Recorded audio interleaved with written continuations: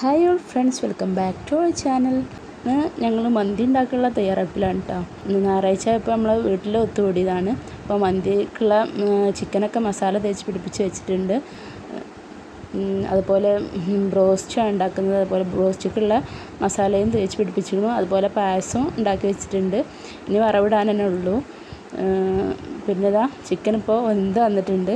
അപ്പോൾ ആ വീഡിയോസൊന്നും എടുത്തിട്ടില്ല. അതേപോലെ റൈസും വേവിച്ച് ഇപ്പോൾ ഇതാ ചിക്കൻ്റെ മുകളിലോട്ട് ഇട്ട് കൊടുത്ത് കണ്ടിട്ടെടുത്ത് എണ്ണ ഒഴിച്ച് മൂടി വെച്ച് ദമ്മിട്ടിട്ടുണ്ട് കേട്ടോ.